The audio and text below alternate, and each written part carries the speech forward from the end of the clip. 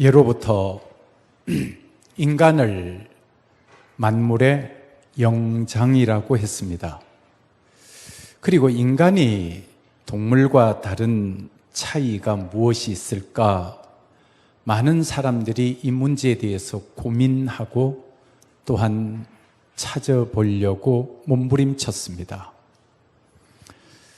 그런데 많은 사람들이 결국 인간이 모인 곳에는 어떤 예배가 있었고 종교가 있었다는 사실을 발견하게 됩니다. 그래서 인간을 동물과는 다른 영적 존재로 취급하기 시작했습니다.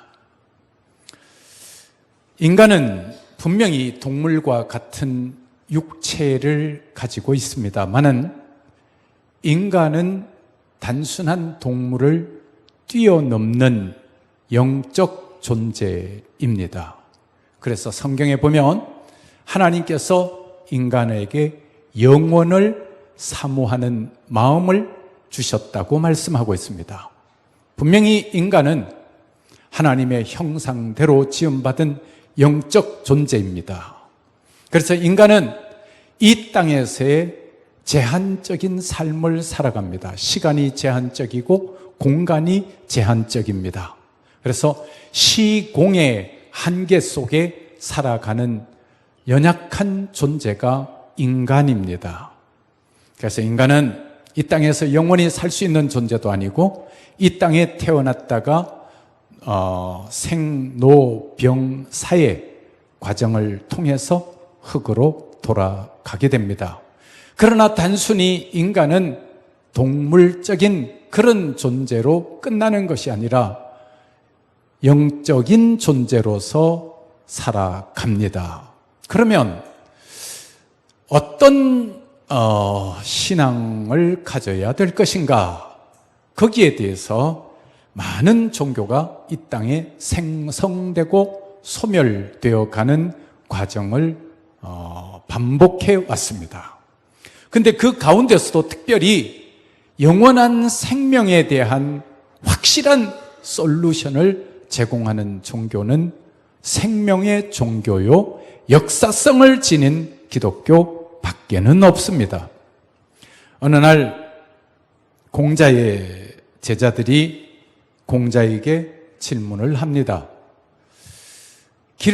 공자와 공자의 제자들이 길을 가고 있는데 한 집에서 여인이 슬피 우는 소리가 들렸습니다. 무슨 일인지 알아보라고 했습니다.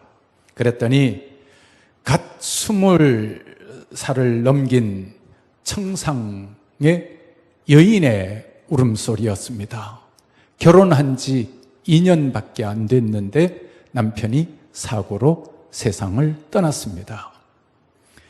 그래서 그 사건을 경험한 후에 제자가 공자에게 묻습니다. 선생님, 사람이 죽고 나면 어떻게 됩니까? 그때 공자 선생님 자왈이라고 하는 말이 표현하죠.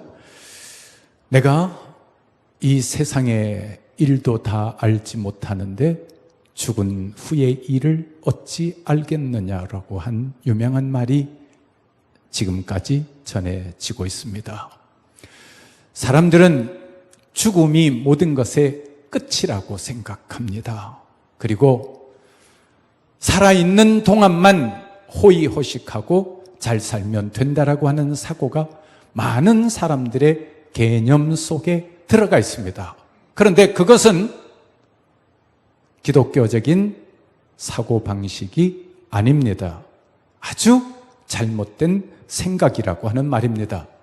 오늘 저는 시편 145편 10절부터 21절의 말씀을 중심으로 여러분들에게 하나님의 말씀을 증거하려고 합니다. 오늘 이 시편 145편은 성경 가운데서 시편 가운데서 특이한 제목을 가지고 있습니다. 제목이 뭐라고 붙어져 있나요? 다윗의 찬송시라고 되어 있습니다. 다른 시편도 다윗이 매우 많이 기록을 했습니다만은 거기에는 전부 다윗의 시라고 하는 제목이 붙어져 있을 뿐입니다. 그런데 시편 145편은 아주 특이하게 다윗의 찬송시라고 하는 그런 제목이 붙어져 있습니다. 이것은 다윗이 자기의 일생을 살고 난 다음에 자기의 전 생애를 결산하면서 하나님 앞에 고백한 신앙 고백이 바로 시편 145편입니다. 시편 145편에 보면 송축이라고 하는 단어가 시작할 때부터 끝까지 나와 있습니다. 1절에도 나와 있고 2절에도 나와 있고 중간에도 나와 있고 마지막 21절에도 송축한다라고 하는 단어가 나타나 있습니다. 이 송축이라고 하는 단어는 바라크라고 하는 히브리에서 온 단어인데 무슨 뜻이냐 그러면 하나님을 높여 찬양한다, 무릎을 꿇고 경배한다라고 하는 뜻입니다. 다윗이라고 하는 위대한 인물이 자기의 일생의 삶을 살고 난 다음에 자기의 인생을 결산하는 의미로 돌아보면서 하나님 앞에 자기의 신앙 고백을 한 내용이 시편 145편이라고 하는 말씀입니다. 그러면서 다윗은 이 땅에 사는 동안에 여러 가지 실수를 많이 했습니다. 그리고 파란만장한 인생을 살았습니다. 생명의 위협을 수없이 많이 느꼈습니다. 죽을 고비를 수없이 넘겼습니다. 전쟁에서 많은 사람들의 생명이 쓰러져가는 모습을 보기도 했습니다. 그런가 하면 일국의 왕이 되기도 했습니다. 또한 그런가 하면 권력 다툼 속에서 아들에게 왕위를 빼앗겨 본 적도 있었습니다. 한마디로 말해서 인생의 단맛, 쓴맛, 화려함, 초라함, 이것을 다 느꼈던 사람이 바로 다윗이라고 하는 사람입니다. 그런데 이 다윗은 일생에 자기의 인생을 지탱해 준 어떤 큰 힘이 있었습니다. 그 힘이 무엇이었을까요? 바로 신앙이었습니다. 하나님을 신뢰하는 믿음이었습니다. 다윗을 다윗 되게 만든 신앙. 어떻게 다윗은 그런 신앙을 가지게 되었을까? 오늘 다윗의 고백을 전체를 포함할 수는 없지만 10절 이하의 말씀을 중심으로 해서 다윗의 신앙을 우리가 생각하면서 여러분과 함께 은혜를 받고자 합니다. 먼저 이 다윗은 10절 말씀에 이렇게 고백합니다. 여호와여, 주께서 지으신 모든 것들이, 그 다음에 주께 감사하며 주의 성도들이 주를 송축하리이다. 사실은 주께서 지으신 모든 것들이 주께 감사하며 주를 송축합니다 하는 이 고백은 사실은 다윗 자기 자신의 고백입니다. 하나님이여, 내가 하나님께 감사하고 내가 무릎을 꿇혀 하나님을 경배합니다, 하나님을 찬송합니다 라고 하는 고백입니다. 왜? 먼저 다윗은 나는 어디서부터 왔을까라고 하는 고민을 심각하게 했을 겁니다. 그러다가 깨달은 중요한 진리가 있습니다. 나는 하나님이 지으신 소중한 존재라고 하는 사실을 다윗이 깨달았다는 말입니다. 그래서 나는 별 볼 일 없는 존재가 아니라 하나님으로부터 하나님의 형상대로 지음받은 값진 존재가 바로 나라고 하는 사실을 자기 인식을 분명하고 또렷하게 했습니다. 그리고 난 다음에 제일 먼저 찾아오는 반응이 하나님께 대한 나를 지으신 하나님, 나를 이 땅에 보내신 하나님, 나의 생명을 태어나게 하신 그 하나님께 감사하기 시작했습니다. 그리고 그 하나님을 찬양하기 시작했습니다. 할렐루야. 여러분은 이 세상에 우연히 던져진 동물 같은 존재가 아니라 고귀한 하나님의 형상대로 지음받은 고귀한 존재임을 기억하시기 바랍니다.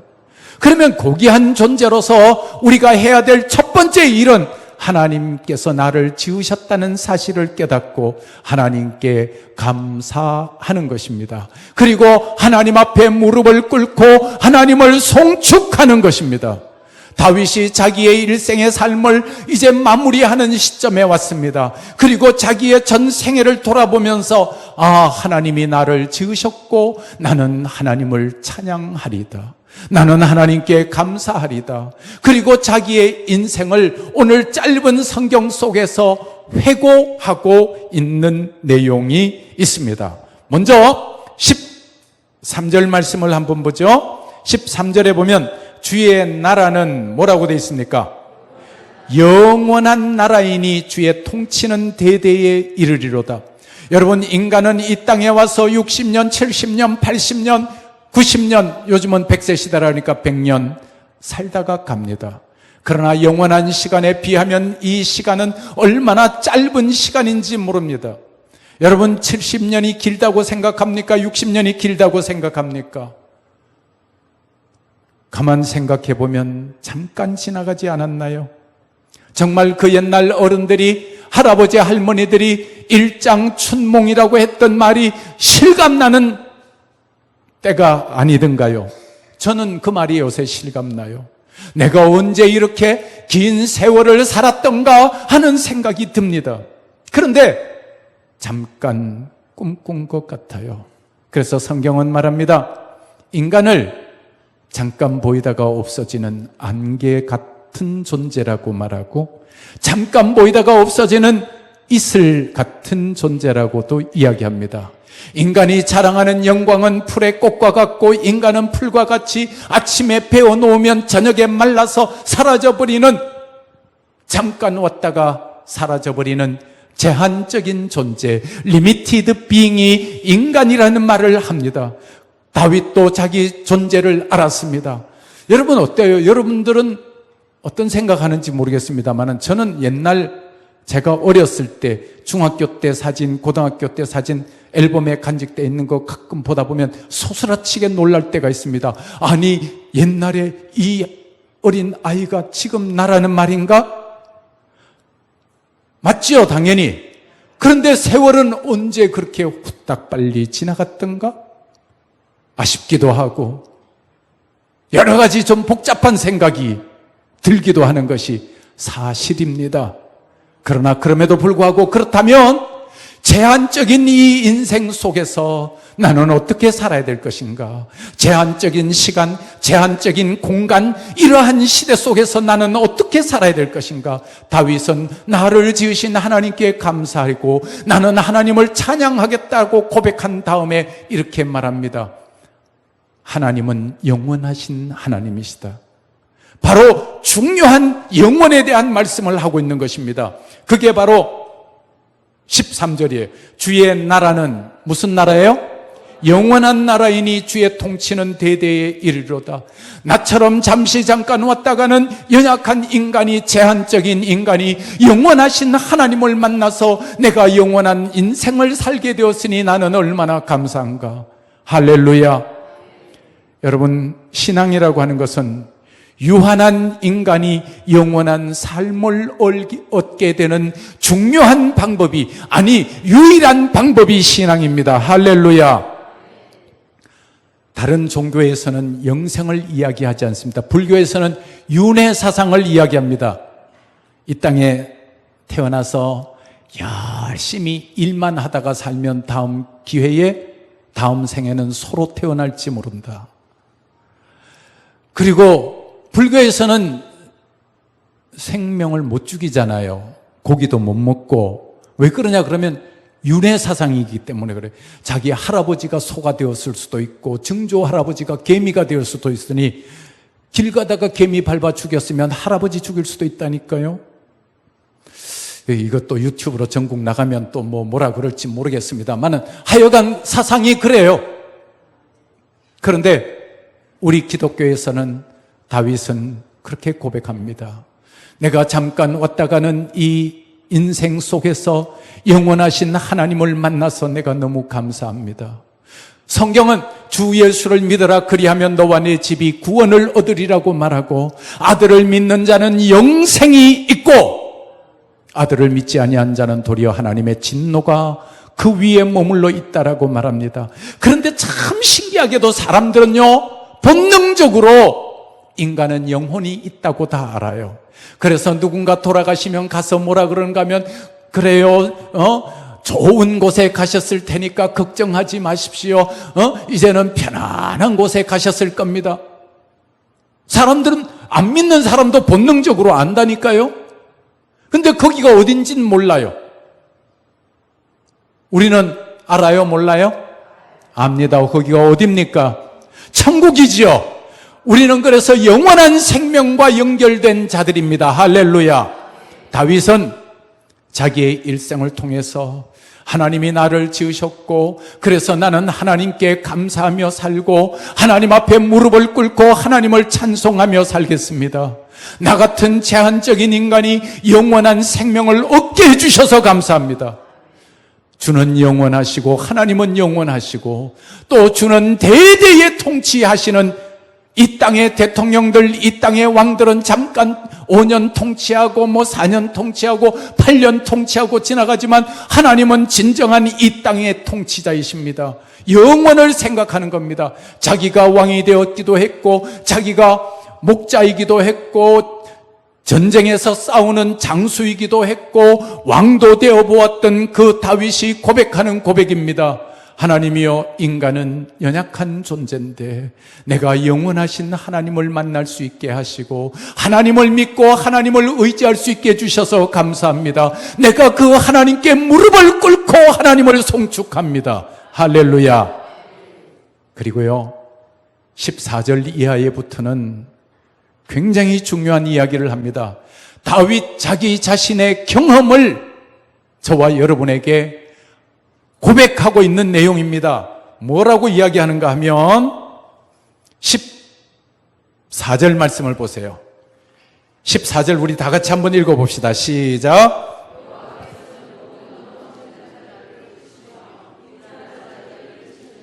아멘. 여호와께서는 어떻게?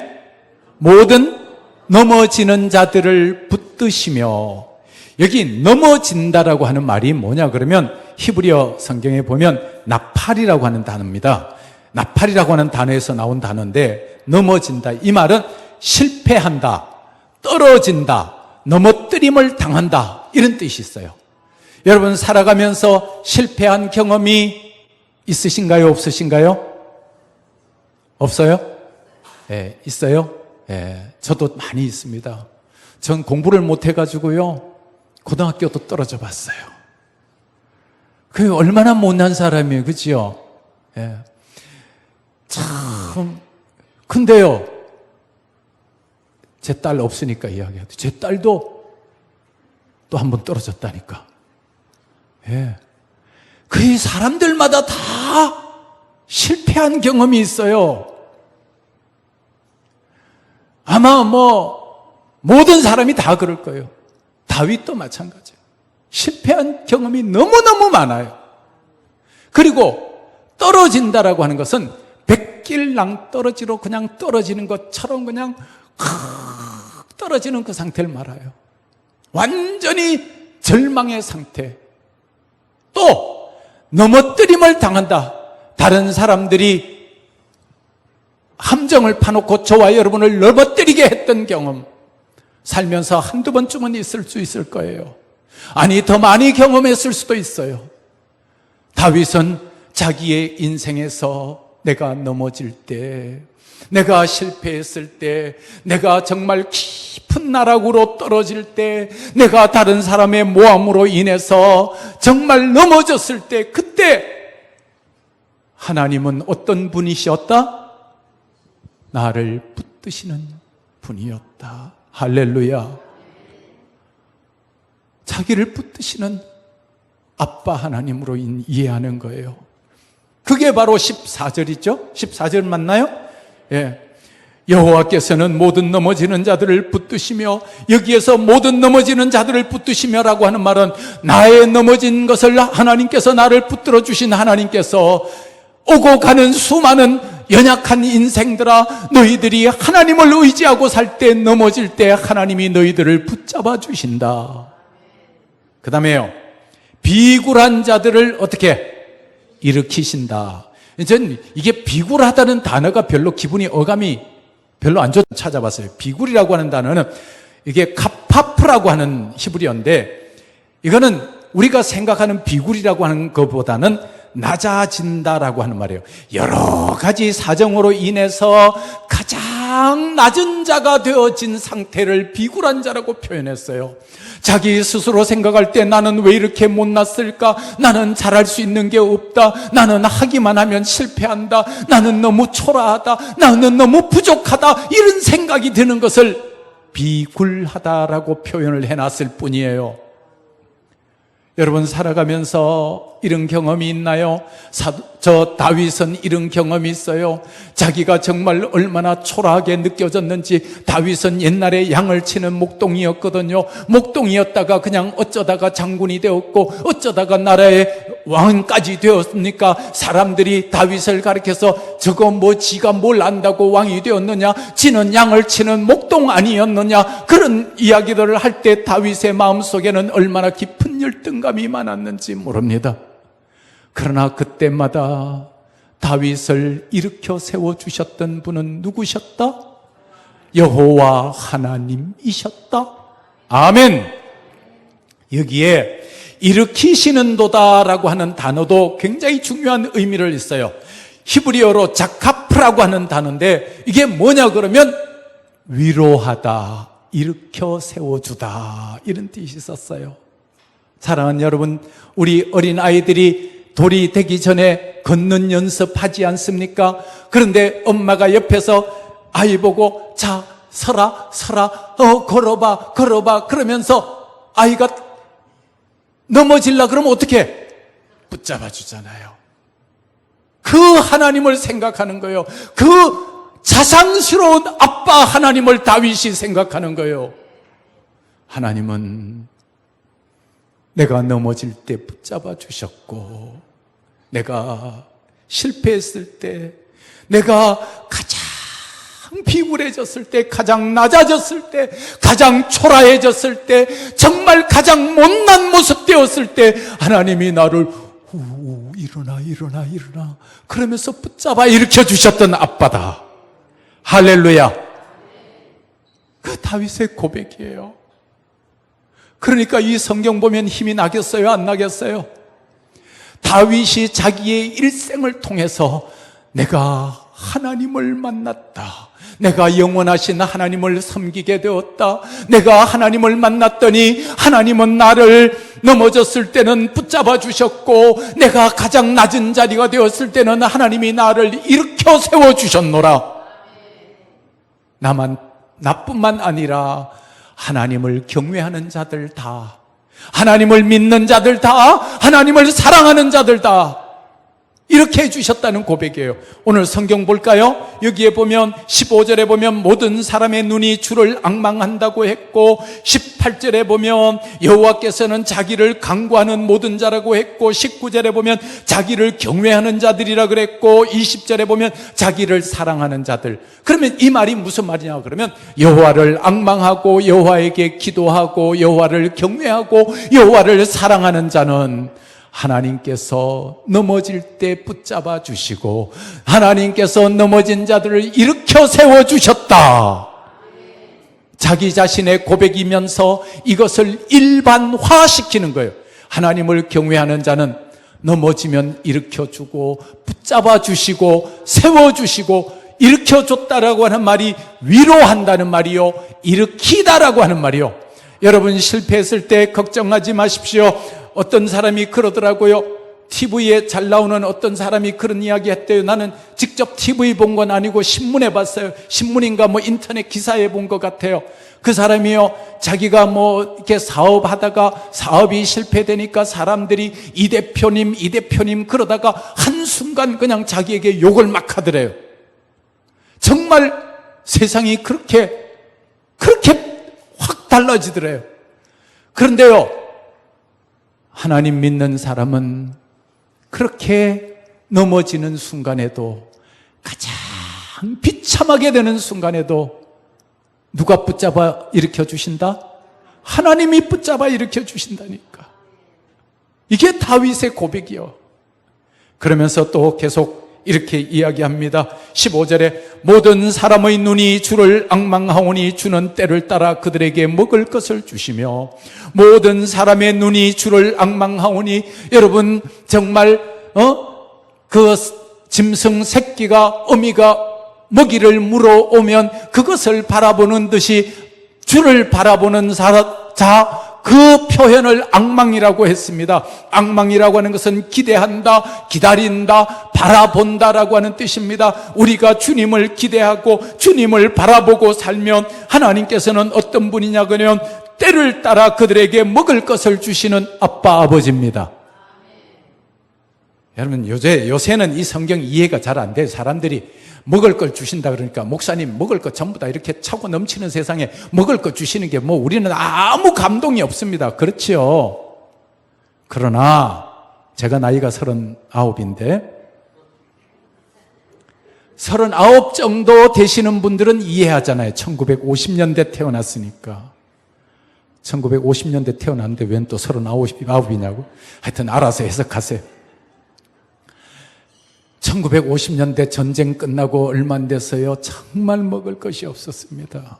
그때는 보릿고개가 있었고요, 사람들마다 배고프며 살고요, 사람들 참 그때는 동화도 전부 먹는 이야기, 전부 이야기도 그냥 하얀 쌀밥에 하얀 이밥에 소고기국, 그게 최고야 그냥.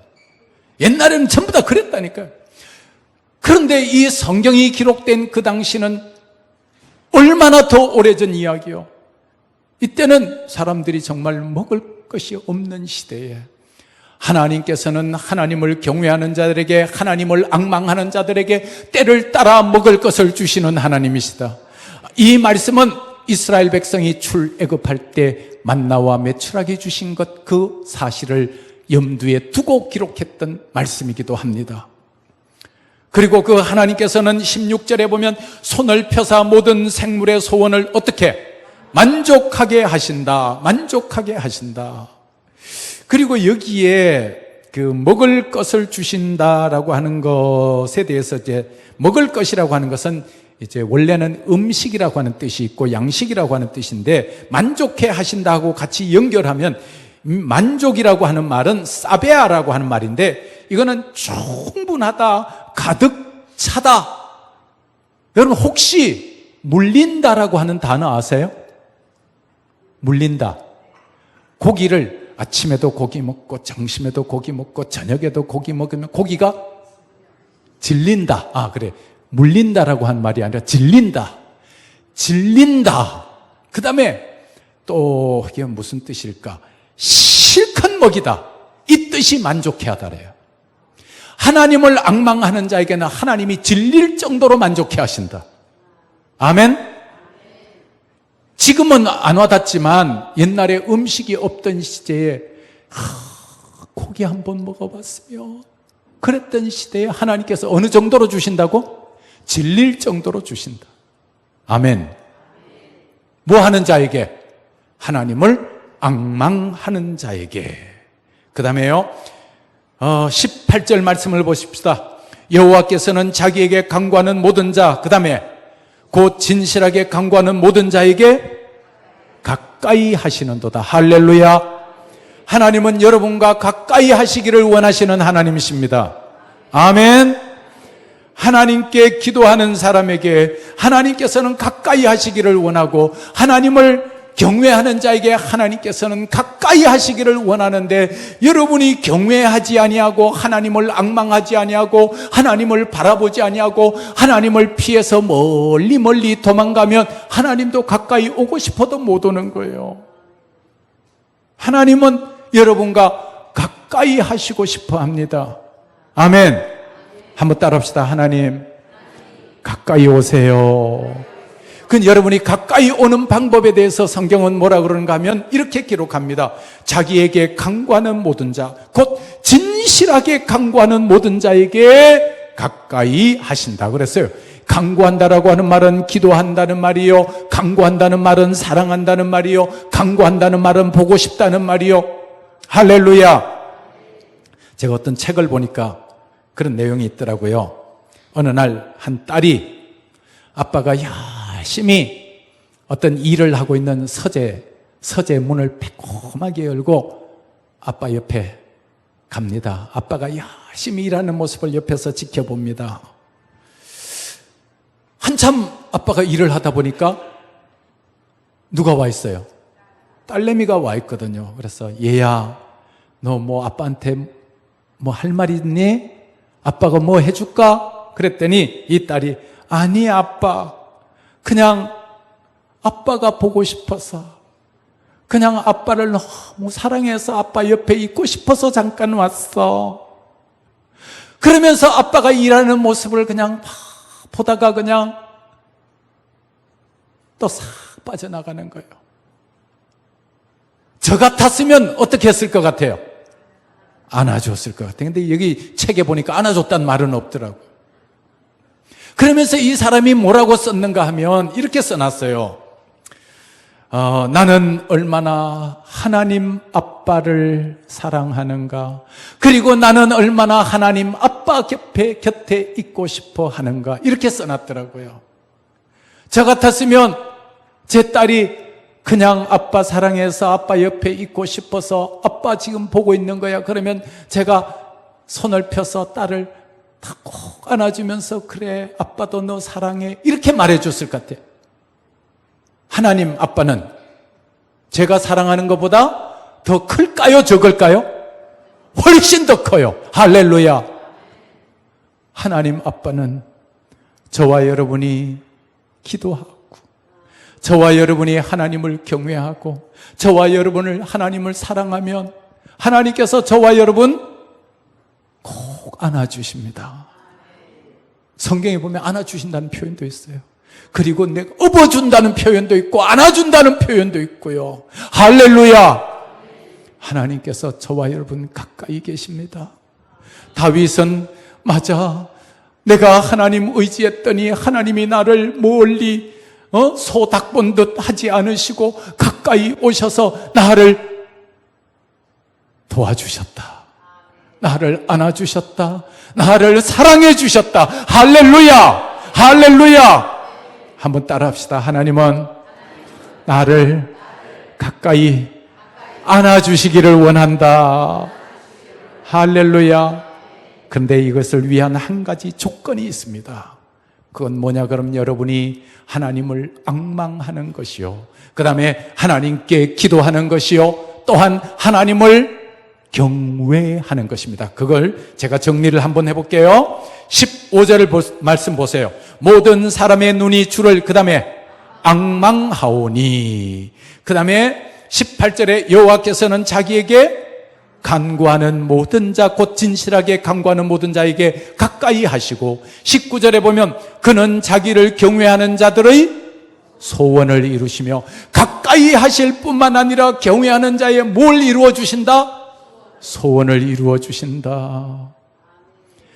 하나님 앞에 기도할 때 하나님이 가까이 해 주시고, 하나님을 경외하면서 우리가 하나님께 기도하면 하나님께서 저와 여러분의 소원을 어떻게? 들어주시는 하나님, 들어주시는 하나님. 여러분, 저는 못난 아빠지고 부족한 아빠지만 제 딸이 저에게 부탁하면 내가 거절한 게 별로 없는 것 같아. 이만하면 괜찮은 아빠죠? 그래요, 안 그래요? 이만하면 괜찮다니까. 그러니까 1,000원 달라 그러는데 제가 얼마 줬다 그랬어요? 3,000원 줬다니까. 아니, 그래도 여러분 놀랍지 않으세요? 제가 1,000원 달라 그러는데, 딸은 1,000원 달라 그러는데 제가 3,000원을 줬으니까 몇 배를 준 거예요? 300%를 준 거예요. 근데 제가 그때 깨닫는 결은, 하나님은 몇 프로 주실까? 아마 1,000원 달라 그러면 훨씬 더 많이 주셨을 것 같아요. 왜냐하면 저보다 통이 더 크시니까. 제가 통이 좀 적죠. 예. 딴 데 가서 이야기하니까, 그래도 딴 교회 사람들은 잘 모르더라고. 내가 1,000원 달라 그러는데 얼마 줬을 것 같아 그랬더니 사람들이 10,000원. 그래서 나를 그 정도로 통을 크게 보는 거예요. 근데 내가 3,000원 줬다니까 어떤 사람이 그래. 나로서는 엄청난 건데 1,000원 달라 그러는데 3,000원 줬으니까 굉장한 거 아니에요? 300%인데. 그러다가 문득 무슨 생각이 드는가 하면 우리가 하나님 앞에 기도하면 하나님께서는 300%보다는 적어도 더 많이 주시겠구나. 할렐루야. 내 소원을 뭐하게 하신다고? 소원을 만족하게 하신다. 아멘. 소원을 만족하게 하시는 하나님. 그리고 마지막 20절입니다. 여호와께서 자기를 사랑하는 자들은 어떻게? 다 보호하시고 그 다음 말씀들은 악인들은 다 멸하시리로다. 할렐루야.